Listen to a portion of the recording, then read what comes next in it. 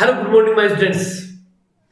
हमारा 3D के अंदर आज जो अपना टॉपिक शुरू होने जा रहा है उसका नाम है प्रिज्म। प्रिज्म बहुत ही जबरदस्त टॉपिक है और हाल ही के एग्जाम में काफी एग्जाम में क्वेश्चन आ भी रहे हैं, ठीक है। इसलिए प्रिज्म की कहानी को बढ़िया तरीके से समझेंगे और गारंटेड बड़े प्यार से समझाऊंगा, अच्छी तरह से दिमाग में आपको बिठा दूंगा। क्लियर? तो चलिए करते हैं हम स्टार्ट। आज का अपना टॉपिक है प्रिज्म। ओके, आइए अब देखिए बेटा जी, अपना जो टॉपिक है प्रिज्म वो है क्या चीज। देखो, एक हमने टॉपिक पढ़ा था जिसका नाम था बेलन। ये था बेलन, ये बेलन है। बेलन का मतलब ये होता है कि कोई ऐसा लंबवत ऐसी चीज जिसका ऊपर का बेस और नीचे का बेस वृत्ताकार हो। ये वृत्ताकार हो, गोल हो, इस तरह से वृत्ताकार हो तो वो बेलन कहलाता है।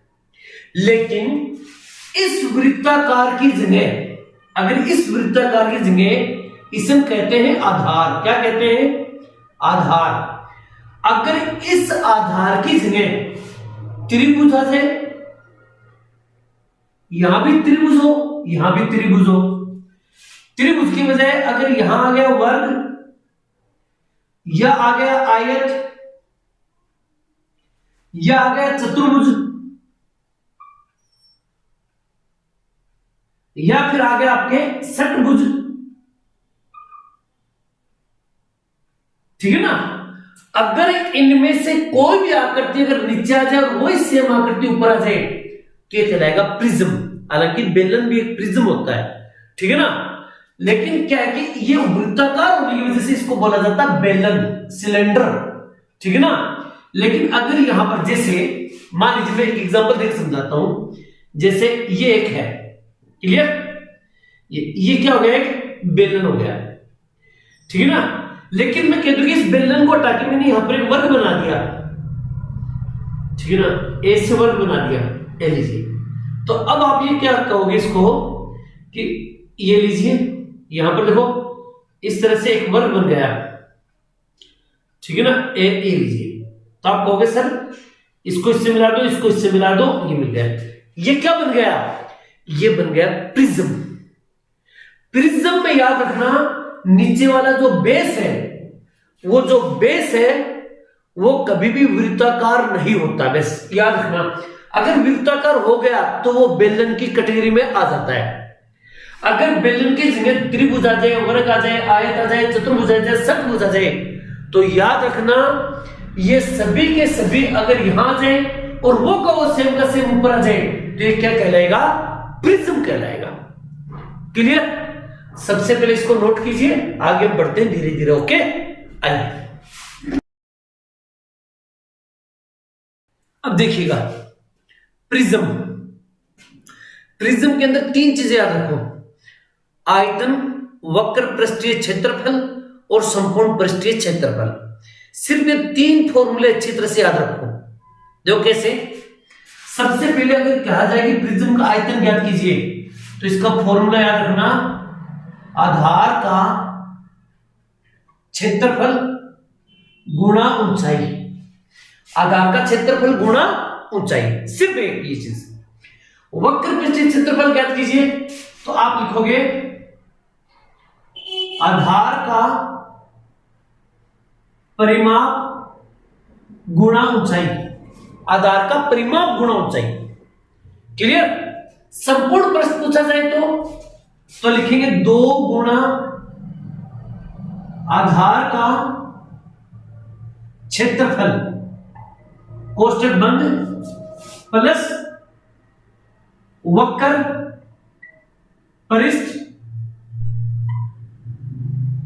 पृष्ठ क्षेत्रफल। केवल ये दो चीज, 2 गुणा आधार का क्षेत्रफल प्लस वक्र पृष्ठीय क्षेत्रफल। क्लियर? ये तीन फॉर्मूले अच्छी तरह से याद रख लेना। अब आप ये कहोगे सर फॉर्मूले तो याद रख लेंगे लेकिन एग्जाम में जब प्रश्न आए तो उनको करेंगे कैसे, उनका मैं तरीका बताता हूं, अच्छी तरह से समझने की कोशिश कीजिएगा। ओके, पहले इसको नोट कर लीजिए फटाफट बेटा जी, ठीक है, कीजिए। चलिए बेटा जी करते हैं शुरुआत। क्वेश्चन नंबर 1, ठीक है ना। एक समप्रिज्म जिसका आधार वर्गाकार है, आधार कौन सा आकार का है? देखो, जब भी कभी प्रिज्म के क्वेश्चन को सोल्व करो, जब भी प्रिज्म के क्वेश्चन को सोल्व करो, सबसे पहले ये देखो कि आधार किस टाइप का है। आधार किस टाइप का, पहले उसको पकड़ लो आप लोग। जैसे यहां पर देखो क्या देखा, आधार कौन से आकार का? वर्गाकार। आप वर्ग बना लो, बना लिया वर्ग? आपने बोला हाँ सर बना लिया। जिसकी भुजा 8 है, ये भुजा 8 है। एक बात बताओ रे, आपने 2D मेंसुरेशन के अंदर, क्षेत्रमिति के अंदर वर्ग को पढ़ा है? अगर ये 8 होगी तो ये भी 8 होगी, ये भी 8 होगी, ये भी 8 होगी। मुझे बताओ इसका परिमाप कितना होगा? तो मैंने ये कहा था आपको, परिमाप मतलब होता है चारों भुजाओं का योग। 8 का 8 दूसरा 8 जो 8 चौक है 32। मैंने कहा इसका क्षेत्रफल क्या होगा? तो आप बोलोगे सर क्षेत्रफल का मतलब होता है इन दोनों को गुणा करना। 8 8 64। क्लियर?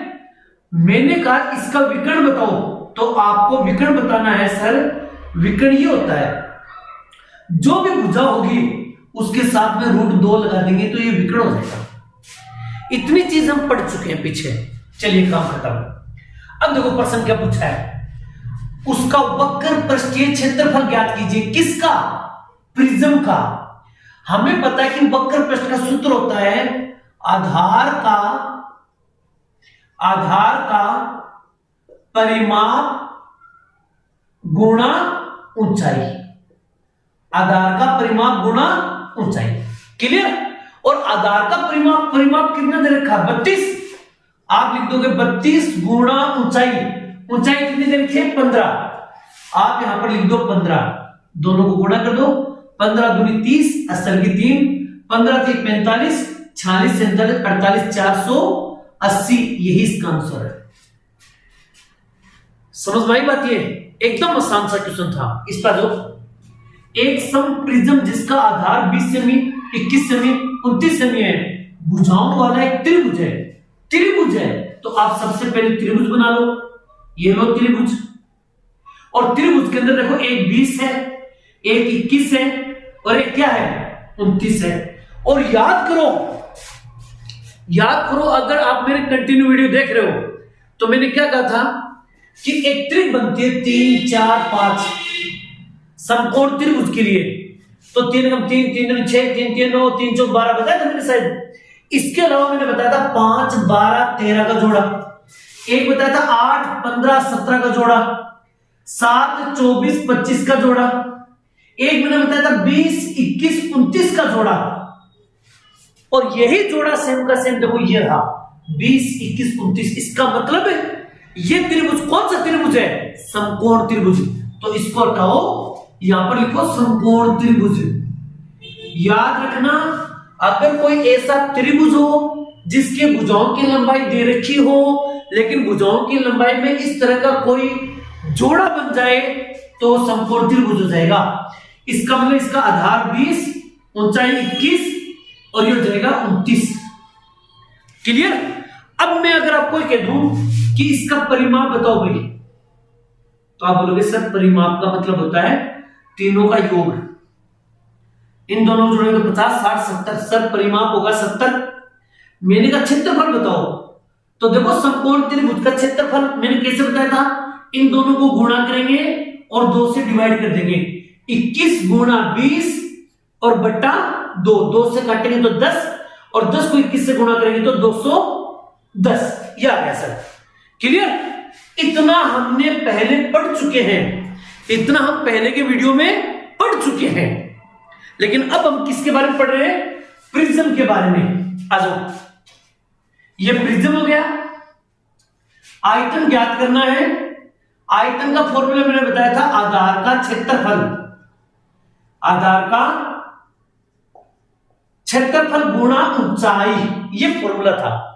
हमें पता कि आधार का क्षेत्रफल कितना है? 210 गुणा ऊंचाई। ऊंचाई देखो कितनी है? 36। ये रहा 36। दोनों को गुणा कर देंगे, 21 छिक्के 126 असल की 12, 21 के 63, 64 65 75 और साथ में लगा देंगे 0, यही इसका आंसर होगा।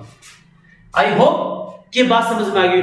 कुछ भी प्रश्न हो पहले इसके ऊपर गेम खेलना बढ़िया तरीके से, आधार क्या है उसके ऊपर गेम खेलना। ओके, और भी बढ़िया बढ़िया बातें बताता हूं, फिलहाल इन दोनों को नोट कीजिएगा। ओके, कीजिए। चलिए क्वेश्चन नंबर 3 और क्वेश्चन नंबर 4 को ध्यान से देखिएगा, ठीक है ना। एक प्रिज्म का आधार समलंब चतुर्भुज है, बस इसी पे गेम हो गया।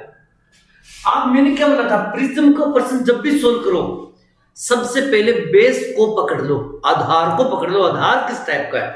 तो आप ये कह सकते हो कि सर समलंब चतुर्भुज इस तरह से बना लेते हैं, ये लो, ये बना लिया हमने चतुर्भुज, ठीक है ना, जिसकी समांतर भुजाओं की लंबाई एक 45 है और एक 23 है। समांतर भुजाओं के बीच की दूरी यानी कि ये बीच की दूरी, ये बीच की दूरी यानी यहां से लेके यहां तक बीच की दूरी कितनी है, 12 सेंटीमीटर है। क्लियर। अब मुझे एक बात बताओ रे, समलंब चतुर्भुज का क्षेत्रफल अगर हमें ज्ञात करना हो, क्षेत्रफल ज्ञात करना हो तो इसका फॉर्मूला मैंने क्या बताया था, याद करो 2D के अंदर मेंसुरेशन वीडियो के अंदर मैंने कहा था 1/2 गुणा समांतर भुजाओं का योग, दोनों का योग कर देंगे, 5 और 3 8, 4 और 2 6 68 गुणा ऊंचाई, ऊंचाई कितनी है 12, 2 6 12, 6 8 48, 6 6 36, 36 और 4 40, ये लो क्षेत्रफल, 408 क्षेत्रफल है। क्लियर। चलिए हटाओ इसको, इससे हमें कोई लेना देना नहीं। आगे देखो, प्रिज्म का आयतन, आयतन का फॉर्मूला क्या होता है भाई, अगर मैं कह दूं प्रिज्म का आयतन, आयतन का फॉर्मूला है क्या चीज, तो आयतन का फॉर्मूला होता है, क्या होता है, आधार का क्षेत्रफल, आधार का क्षेत्रफल और गुणा ऊंचाई। हमें पता है कि क्षेत्रफल में तो अपने 408 निकाल रखा है, तो क्षेत्रफल 408 गुणा h, ऊंचाई कितनी है, प्रिज्म की ऊंचाई 20 है, 20 से गुणा कर दो, खत्म कहानी। 8 दूनी 16, 4 दूनी 8, 816 डबल, 8 दूनी 16, 4 दूनी 8, 816, एक जीरो लग जाएगी, यही इसका आयतन है। समझ में आई मेरी बात ये, क्लियर। आज यहां पर किसी प्रिज्म का आधार समबाहु त्रिभुज है। समबाहु त्रिभुज मैंने बताया था ऐसा त्रिभुज जिसकी तीनों भुजाएं बराबर हो, तीनों भुजाएं क्या हो, बराबर हो। क्लियर। प्रिज्म की ऊंचाई ये h दे रखा है, यदि प्रिज्म का संपूर्ण पृष्ठीय क्षेत्रफल ये दे दिया तो उसका आयतन क्या होगा। अब गड़बड़ी गड़बड़ भाई, संपूर्ण पृष्ठीय क्षेत्रफल दे दिया, उसका आयतन दे दिया, अब समझ में नहीं आई तो क्या करें, अब प्रॉब्लम नहीं समझ में आई, अब क्या करें। तो एक काम करते हैं, संपूर्ण पृष्ठीय क्षेत्रफल, संपूर्ण पृष्ठीय क्षेत्रफल, सर इसका फॉर्मूला क्या होता है, मैंने देखो अब ध्यान से सुनिएगा मेरी बात को अच्छी तरह से। संपूर्ण पृष्ठीय क्षेत्रफल होता है 2 गुणा आधार का क्षेत्रफल, आधार का क्षेत्रफल कोष्टक बंद, प्लस वक्र पृष्ठीय क्षेत्रफल। और वक्र पृष्ठीय क्षेत्रफल निकालने का तरीका मैंने क्या बताया था, परिमाप, आधार का परिमाप, आधार का परिमाप गुणा ऊंचाई, ये था इसका, ये संपूर्ण पृष्ठीय क्षेत्रफल, संपूर्ण पृष्ठीय क्षेत्रफल के सूत्र क्या हो गया, 2 गुणा आधार का क्षेत्रफल प्लस आधार का परिमाप गुणा ऊंचाई।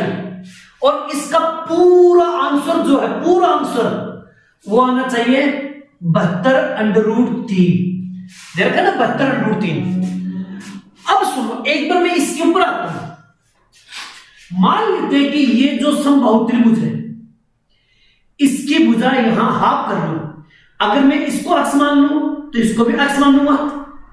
क्लियर। अगर मैं पूरी भुजा को एक साथ मान लूं तो 2 अक्ष हो जाएगा। अरे क्लियर भाई, ये अक्ष पूरी को जोड़ दूंगा तो 2x। अब सुनो, 2 गुना आधार का क्षेत्रफल, आधार मतलब समबाहु, और समबाहु त्रिभुज का क्षेत्रफल निकालने का तरीका मैंने क्या बताया था, इन दोनों को गुणा करेंगे, अक्ष को अक्ष से गुणा करेंगे तो अक्ष स्क्वायर, साथ में √3 लगा देंगे, ये बात मैंने कही थी। तो अक्ष स्क्वायर के साथ में √3 लगाओगे तो इसका उत्तर हो जाएगा √3 अक्ष स्क्वायर, ये इसका क्षेत्रफल हो गया, प्लस ये एक साइड में हो गया, प्लस आधार का परिमाप, परिमाप का मतलब होता है तीनों भुजाओं का योग, 2 एकम 2, 2 दूनी 4, 2 तिये 6 अक्ष, आधार का परिमाप गुणा ऊंचाई, ऊंचाई h h h h h h कहां पर है, h h 4 ये रही, क्लियर। और इसका उत्तर आना चाहिए 72√3, ये आना चाहिए।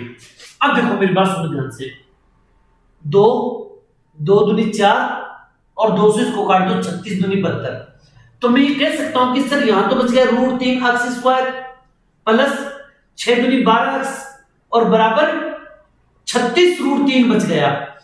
तुम अक्ष की जगह एक ऐसा मान रखो कि इसका स्क्वायर करने पर और यहां पर गुणा करने पर टोटल 36√3 आ जाए, ये कंफर्म है।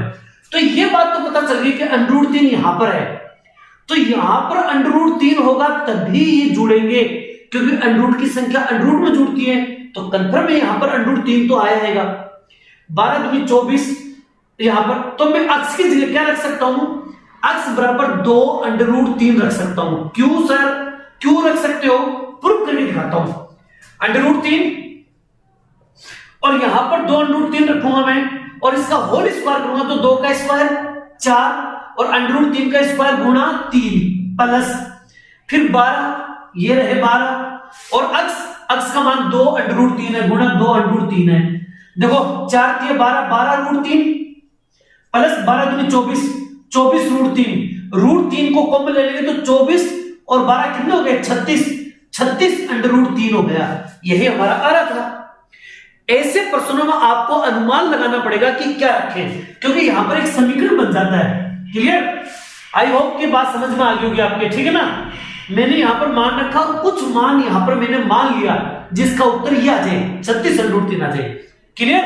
अब हमें क्या पूछा उसने, आयतन पूछा है। आयतन का फॉर्मूला होता है आधार का क्षेत्रफल, आधार का क्षेत्रफल और गुणा ऊंचाई, यही तो होता है। अब आधार का क्षेत्रफल ये रहा, देखो आधार का क्षेत्रफल ये रहा √3 अक्ष स्क्वायर, √3 अक्ष स्क्वायर, अक्ष का मान तो हमारे पास है तो हम लिखेंगे 2 √3 गुणा 2 √3, समझ गए, √3 अक्ष स्क्वायर, समझ गए। आधार का क्षेत्रफल क्या होता है, √3 अक्ष स्क्वायर, तो √3 अक्ष स्क्वायर आ गया और गुणा ऊंचाई, ऊंचाई मतलब h, ये रही 4, इसको गुणा कर देंगे, ठीक है ना। 4 दूनी 8, 8 दूनी 16, ये तो 16 हो गए। फिर गुणा √3 को √3 से गुणा करेंगे तो 3 आ जाएगा और साथ में √3 लग जाएगा, 16 32 16 48, इसका राइट आंसर हो जाएगा 48√3, यही इसका आंसर है। 48√3 इज द राइट आंसर। प्रश्न थोड़ा टफ था, लेकिन यहां पर थोड़ा सा आपको दिमाग लगाना पड़ेगा। देख लो मैंने कैसे प्रश्न को करवाया अच्छी तरह से। क्लियर। आगे और भी बढ़िया क्वेश्चन पढ़े, इसको नोट कीजिए फटाफट बेटा जी, ठीक है, कीजिए। देखिए बेटा जी, ये है आज का लास्ट एंड फाइनल क्वेश्चन और इसी के ऊपर डिस्कशन करते हैं और इसी के साथ अपना प्रिज्म का टॉपिक खत्म। आपको कैसा समझ में आया ये आप जरूर कमेंट में डालिए बेटा जी, ओके। आइए देखते हैं। सबसे पहली बात तो देखो यहां देखो इसकी मात्रा 160 सेमी क्यूब, क्यूब से समझ गए होंगे आयतन है। अरे भाई आयतन का फॉर्मूला होता है आधार का क्षेत्रफल, आधार का क्षेत्रफल गुणा ऊंचाई, और इसका उत्तर हमें दे रखा कितना, 160, ये दे रखा उत्तर, समझ गए। इसका उत्तर दे रखा हमें 160। एक देखो आधार का क्षेत्रफल, आधार कौन से आकार का है, वर्ग, समझ गए, वर्ग। अब हमें ये पता है कि वर्ग ये होता है, वर्ग ये है, क्लियर। इस वर्ग की भुजा को मान लो अक्ष, अगर ये भी अक्ष, ये भी अक्ष, ये भी अक्ष, मैं कह दूं आधार का क्षेत्रफल बताओ, इसका मतलब वर्ग का क्षेत्रफल। अक्ष को अक्ष से गुणा करेंगे तो क्या आ जाएगा, अक्ष स्क्वायर गुणा ऊंचाई, ऊंचाई कितनी दे रखी है 10 और बराबर 160, 10 से कट गया, स्क्वायर हटाएंगे तो इसके ऊपर अंडर रूट लग जाएगा, अक्ष का मान आ गया 4, खत्म कहानी। अब आप ये कह सकते हो ये जो वर्ग है ना, इस वर्ग की भुजा 4 4 4 4 है, क्लियर। अब प्रश्न देखो क्या पूछा है, कुल पृष्ठीय क्षेत्रफल कितना होगा। आ जाओ यहां पर, इसका फॉर्मूला मैंने क्या बताया था, 2 गुणा आधार का क्षेत्रफल, आधार का क्षेत्रफल कोष्टक बंद, प्लस फिर मैंने बताया था आधार का परिमाप यानी कि वक्र पृष्ठ, आधार का परिमाप गुणा ऊंचाई, गुणा ऊंचाई, ये फॉर्मूला बताया था। यानी कि 2 गुणा आधार का क्षेत्रफल प्लस वक्र पृष्ठीय क्षेत्रफल, क्लियर। और वक्र पृष्ठ का क्या होता है, आधार का परिमाप गुणा ऊंचाई होता है। आओ करते सोच, सबसे पहले 2 गुणा आधार का क्षेत्रफल, 4 चौक 16 प्लस आधार का परिमाप 4 के 4 4 8 4 के 12 4 चौक 16 गुणा ऊंचाई, ऊंचाई कितनी थी 10, यहां पर रख दो 10, इसका मान निकाल लो, इसका मान निकाल लो, दोनों को जोड़ दो, 16 दूनी 32, 10 छके 160, 160 में 32 जोड़ेंगे तो 192, 192, यही इसका आंसर है, क्लियर। बात समझ में आई। इसी के साथ प्रिज्म का टॉपिक खत्म, और आगे हम मिलेंगे एक न्यू टॉपिक जिसका नाम है पिरामिड। उस टॉपिक को देखना मत भूलिएगा, बड़ा शानदार पढ़ाऊंगा। मिलते न्यू टॉपिक के अंदर, तब तक आप लोगों से अलविदा। जय हिंद, जय भारत बेटा जी, थैंक यू बेटा।